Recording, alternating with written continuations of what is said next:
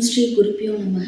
ஓம் சக்தி பராசக்தி. வணக்கம், நான் உங்கள் ஆஸ்ட்ரலக்ஷ்மி. நாம் இன்னைக்கு துலாம் ராசிக்காரர்களுக்கு பிறக்க போகும் தமிழ் புத்தாண்டு எந்த மாதிரியான பலன்களை தரப்போகுது அதை பற்றி தான் பார்க்க போகிறோம். துலாம் ராசிக்காரர்களுக்கு பார்த்தீங்க அப்படின்னா, ராசி அதிபதி சுக்கிரன் உச்சபங்கம் ஆகி சரிங்களா, 12வது அதிபதி 12ஆம் வீட்டு அதிபதி புதனானவர் நீச்ச பங்கமாகி இந்த ஆண்டு பிறக்குது. 7ல் குரு இருக்காரு, நல்ல நிலையில இருக்காரு. அதே போல 10ஆம் வீட்டு அதிபதியான சந்திரனானவர் 9ல் இருக்க இந்த ஆண்டு பிறக்குது. இந்த நிலை அப்படின்றது ஒரு சிறப்பான நிலையா அப்படின்னு பார்த்தோம்னா, பிறக்கும் பொழுது இது சிறப்பான நிலை தான், ரொம்ப ஒரு நல்ல விஷயம். ராசி அதிபதியே உச்ச பங்கம் ஆகிறாரு அப்படின்னாலும் நம்மளுக்கு பண வரவை கொடுப்பாரா அப்படின்றது உங்களுடைய ஒரு சந்தேகமாக இருக்கும். எல்லாருமே துலாம் ராசிக்கு நல்லா தானே இருக்குது அப்படின்னு சொல்லி நம்ம சொல்கிற பொழுது, ராசி அதிபதி உச்ச பங்கம் ஆகும் பொழுது சில பலன்கள் மாறதான் செய்யும். அதாவது கொஞ்சம் பணம் வரவு தடை ஆகும், கொஞ்சம் பின்னாடி தான் கிடைக்கும். மாத ஆரம்பத்தில் பணம் கிடைக்கல அப்படின்னா மாதத்தினுடைய கடைசியில் பணம் கிடைக்கிறதுக்கான வாய்ப்புகள் உருவாகும். இதுதான் இந்த உச்ச பங்கத்தினுடைய பலனாக இந்த ராசிக்காரர்களுக்கு அமைய போகுது. அதே மாதிரி இந்த வருடம் பிறந்த கொஞ்ச நாள்லேயே குரு பெயர்ச்சியும் வர்றது. அந்த குரு பெயர்ச்சி அப்படின்றது பார்த்தீங்க அப்படின்னா அஷ்டம குருவாக வராரு. இந்த அஷ்டம குரு அப்படின்றது இந்த ராசிக்காரர்களுக்கு ஒரு நல்ல நிலையில் இருக்குமா அப்படின்னு பார்த்தீங்கன்னா கொஞ்சம் சந்தேகமான பலன்களை தான் கொடுக்க போகிறார். ஏன்னா அவர் உட்கார்றது சுக்கிரனுடைய இன்னொரு வீடான ரிஷபத்தில் தான் உட்கார்றாரு. இது கொஞ்சம் சிறப்பான நிலை கிடையாது. அப்படியே இருந்தாலும் அவர் பார்க்குற இடத்துக்கு தான் உங்களுக்கு பலன் ஜாஸ்தியாக கொடுக்க போகிறாரு. அப்படின்றதுனால 2ஆம் வீட்டை பார்க்கறதுனால உங்களுக்கு நல்லது நடக்கும். அதாவது காசு வரும், செலவும் வரும். ஏன்னா 12ஐயும் பார்க்குறாரு, 2ஐயும் பார்க்குறாரு. ஸோ காசு இந்த பக்கம் வந்தாலும் இந்த பக்கம் செலவும் வரும். அதே மாதிரி உங்கள் சுகஸ்தானத்தை பார்க்கறதுனால நீங்கள் இந்த 12ஆம் இடத்தினுடைய செலவை அந்த சுகஸ்தானத்துக்கு மாற்றிக்கிறது ரொம்ப ரொம்ப நல்லது. அப்போ இந்த துலாம் ராசிக்காரர்கள் இந்த வருஷம் வீடு வாங்குவீங்களான்னா கண்டிப்பாக வாங்குவீங்க. வாகனம் வாங்குவீங்களா? வாங்குவீங்க. இடம் வாங்குறதா? வாங்கலாம், எல்லாமே செய்யலாங்க. ஏன்னா குரு நல்ல பார்வையில் இருக்கார். உட்கார்ந்த இடம் தான் பிரச்சனை.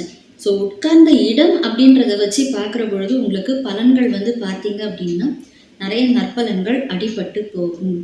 கொஞ்சம் அசுப பலன்கள் நடக்க தான் செய்யும். அதனால் இந்த ஒரு வருஷத்துக்கு நீங்கள் அமைதியாக இருந்து தான் ஆகணும். குரு பார்க்கறதுனால உங்களுக்கு நன்மைகள் நடந்தாலும் தேவையில்லாத வம்பு வழக்குகள் சேரதான் செய்யும்.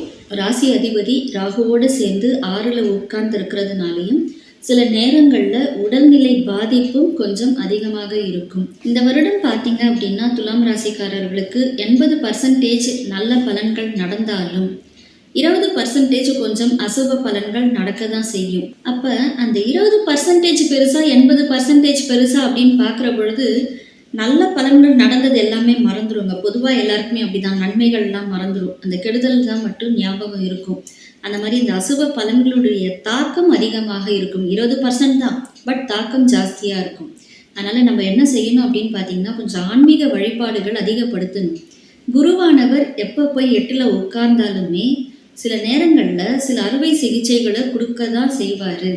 அந்த அறுவை சிகிச்சை வராமல் இருக்கிறதுக்கு நாம் தெய்வங்களை வழிபாடு பண்ணுறது ஒன்று தான் வழி. அதனால் தன்வந்திரி பகவானை வழிபாடு பண்ணிங்க அப்படின்னா இந்த நிலையிலேருந்து கொஞ்சம் தப்பிச்சு வெளியே வரலாம். ஏன்னா இந்த ராசி அதிபதிக்கு குருவானவர் கடும் பகை கிரகம். இதனால தான் இந்த நிலைப்பாடை அவர் கொடுப்பாரு அப்படின்னு சொல்லி சொல்கிறோம்.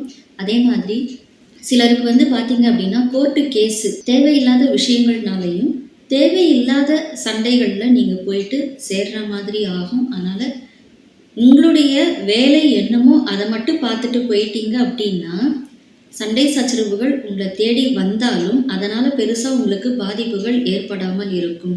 அதாவது நோ கமெண்ட்ஸ் ஏரியா.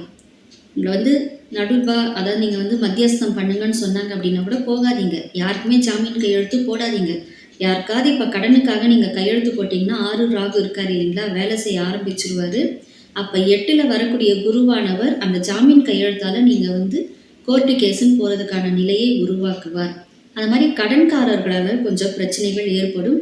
ஸோ கடன் வாங்காமல் இருங்க. இல்லை கடன் வாங்கக்கூடிய சூழ்நிலை வந்தாலுமே நீங்கள் சொல்லிடுங்க, என்னால் இத்தனை மாதம் இத்தனை வருஷம் கழித்து தான் கொடுக்க முடியும் அப்படின்றத ஆரம்பத்திலேயே சொல்லிட்டீங்க அப்படின்னா இந்த கடன் பிரச்சனையினால் உங்களுக்கு ஏற்படக்கூடிய மன உளைச்சலை நீங்கள் நீக்க முடியும். எல்லாமே நல்லா தாங்க நடக்கும். ஆனால் அது நடக்கிறதுக்கு முன்னாடி தடைகள் அதிகமாக வரும். அந்த தடை தாமதங்கள் இதெல்லாம் போகணும் அப்படின்னா நீங்கள் சுவாதி நட்சத்திரம் அன்னைக்கு, சுவாதியில் பிறந்தவங்களா இருந்தாலும் சரி, சித்திரையில் பிறந்தவங்களா இருந்தாலும் சரி, விசாகத்தில் பிறந்தவங்களா இருந்தாலும் சரி, இந்த சுவாதி நட்சத்திரம் அன்னைக்கு நரசிம்மரை போய் வழிபாடு பண்ணுங்க. முக்கியமாக பார்த்தீங்க அப்படின்னா இந்த விழுப்புரம் மாவட்டம் சைடில் இந்த சுவாதி அன்னைக்கு பரிக்கல், அபிஷேகப்பாக்கம், பூவரசன் குப்பம் இந்த மாதிரியில் இருக்கக்கூடிய நரசிம்மரை ஒரே நாளில் தரிசனம் பண்ணுவாங்க. அந்த இதுக்கு நீங்கள் போக முடியும் அப்படின்னா ஒரு முறை போயிட்டு வாங்க. இது பல தடைகளை நீக்கும், பல விஷயங்கள்லேருந்து உங்களை காப்பாற்றும். நீங்கள் வீடு கட்டுறதுக்கு தடையாக இருக்கக்கூடிய விஷயத்துலேருந்து கூட உங்களை வெளியேற்றி நல்லபடியாக அந்த சுப நிகழ்வுகளை நீங்கள் முடிக்கக்கூடிய நிலைக்கு தள்ளும். அதே போல் திருமணம் ஆகிறதுக்கும் இது ஒரு நல்ல வாய்ப்பாக உங்களுக்கு அமையும். இது எல்லாமே பொது பலன் தாங்க. உங்களுடைய ஜாதகத்தை பொறுத்து இந்த பலன்கள் மாறும். உங்களுக்கு தனிப்பட்ட முறையில் ஜாதகம் மற்றும் பிரசனம் பார்க்கறதுக்கு நீங்கள் எங்களை தொடர்பு கொள்ளலாம். ஜோதிடம் மற்றும் ஆன்மீகம் சம்பந்தமான தகவல்களுக்கு எங்களுடைய சேனலை சப்ஸ்கிரைப் பண்ணுங்க. உங்களுக்கு இந்த வீடியோ பிடிச்சிருந்ததுன்னா லைக் பண்ணுங்க, இந்த சேனலை சப்ஸ்கிரைப் பண்ணுங்க, உங்க ஃப்ரெண்ட்ஸுங்களுக்கு ஷேர் பண்ணுங்க. எல்லாம் வல்ல இறையருளின் துணையாலும் அகிலாண்ட கோடி பிரம்மாண்ட நாயகியின் அருளாலும் உங்கள் இல்லங்களிலும் உள்ளங்களிலும் என்றென்றும் மகிழ்ச்சி நிலைத்திருக்கட்டும். நன்றி.